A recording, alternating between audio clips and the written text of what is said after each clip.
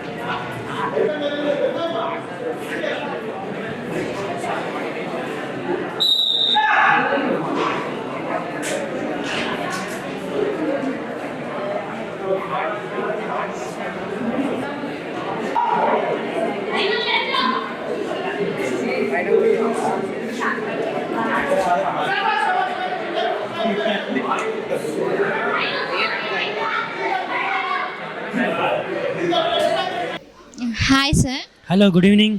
Sir ఈరోజు competition జరుగుతుంది కదా, సో సెలక్షన్స్ కానీ అన్ని అట్లా ఎన్ని రౌండ్స్ ఉన్నాయి, ఎంతమంది పార్టిసిపేట్ చేశారు సార్ దీంట్లో? 14 కాలేజ్ నుంచి పార్టిసిపేట్ చేస్తున్నారు ఇక్కడ. ఉమెన్స్ కేటగిరీది ఈ నెల 18 నుంచి నేషనల్స్ బఠిండాలో ఉంది కాంపిటీషన్. ఇది కాంపిటీషన్ బాగా జరుగుతుంది. లాస్ట్ ఇయర్ కన్నా చాలామంది అమ్మాయిలు దీనికి ఇంట్రెస్ట్ చూపించి పేరెంట్స్తో సహా, పేరెంట్స్, ఫాదరు, వాళ్ళ ఫిజికల్ డైరెక్టర్ అందరూ వచ్చి పార్టిసిపేట్ చేయడం జరిగింది. చాలా మంచి జరుగుతుంది బాక్సింగ్. సార్ ఎన్ని రౌండ్లు అంటే ఎంతమంది ఉన్నారు సార్ మొత్తం? టోటల్ వచ్చి ఒక 26 మంది అమ్మాయిలు వచ్చారు. అంటే ఇప్పుడు చాలామంది ఎగ్జామ్స్ కూడా జరుగుతున్నాయి కాబట్టి ఆ ఎగ్జామ్స్ జరిగినా కూడా ఇంతమంది పార్టిసిపేట్ రావడం మంచిదే. 3 రౌండ్స్ ఉంటాయి అన్నమాట. ఒక్క రౌండ్ వచ్చి 3 minutes ఉంటుంది. 3 rounds బాక్సింగ్ ఉంటుంది. టోటల్ 9 minutes బాక్సింగ్ ఉంటుంది. మధ్యలో 1 minute రెస్ట్ ఉంటుంది. అంటే ఇప్పుడు విన్నర్ అవుతారు కదా సార్ ఒక్కొక్క రౌండ్లో, సో మళ్ళీ వాళ్ళకి మ్యాచ్ అనేది పెడతారా? ఒక కేటగిరీలో 3, 4, 5 వస్తే వాళ్ళకి క్వార్టర్ ఫైనల్, సెమీఫైనల్, ఫైనల్ అవుతుంది. ఫైనల్లో విన్నర్స్కి తీసుకెళ్తారు. స్టాండ్ బైలో లూజర్ అంటే సిల్వర్ మెడల్ కూడా మనం పెట్టుకుంటాం. ఎందుకంటే బై ఛాన్స్ ఒక్కోసారి విన్నర్ కార్యాల వల్ల, లైక్ ఎగ్జామ్స్ వల్ల హెల్త్ బాగాలేకపోయి రాకపోతే రన్నర్స్ తీసుకెళ్తాం ఆ ప్లేట్లో. సార్ అంటే బాగా ఇంట్రెస్టింగ్గా జరుగుతుంది చూస్తుంటేనే. అసలు ఆడపిల్లలు కాదు, ఆడ శివంగిలా కొట్టుకుంటున్నారు ఒక్కొక్కరు.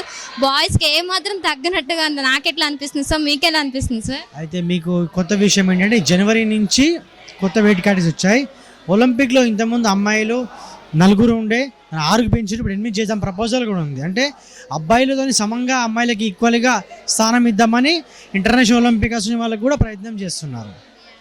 Thank you so much sir. అలాగే ఈ కాంపిటీషన్ ఇన్ఛార్జ్ మన మహేందర్ గారు మాట్లాడతారండి. Hi sir. Hello madam, very good afternoon, good evening. And morning నుంచి సెలక్షన్స్ జరిగినాయి, సో మార్నింగ్ నుంచి ఇక్కడే ఉన్నారు సార్ మీరు? సో ఫస్ట్ ముందుగా నా పేరు Mahender, working as a physical director and doctor BR Ambedkar degree college. So నేను ఈ టోర్నమెంట్కి ఐయూటీ ఉమెన్ బాక్సింగ్ టీమ్కి మేనేజర్గా సెలెక్ట్ అయ్యాను. సో సిన్స్ మార్నింగ్ మేము ఇక్కడ నుంచొని tournaments, teams eligibility forms and weight category అన్ని చెక్ చేసుకొని ఈ యొక్క టోర్నమెంట్ సాయంత్రం నుంచి జరగబడుతుంది. అంటే ఇప్పుడు కాంపిటీషన్కి రావడానికి ప్రూఫ్స్ ఏమైనా తీసుకురావాలా సార్? సో ఈ యొక్క కాంపిటీషన్ పార్టిసిపేట్ చేయడానికి ఫస్ట్ ఎలిజిబిలిటీ ఫామ్ కావాలి, దాంతోపాటు బోనాఫైడ్ కావాలి.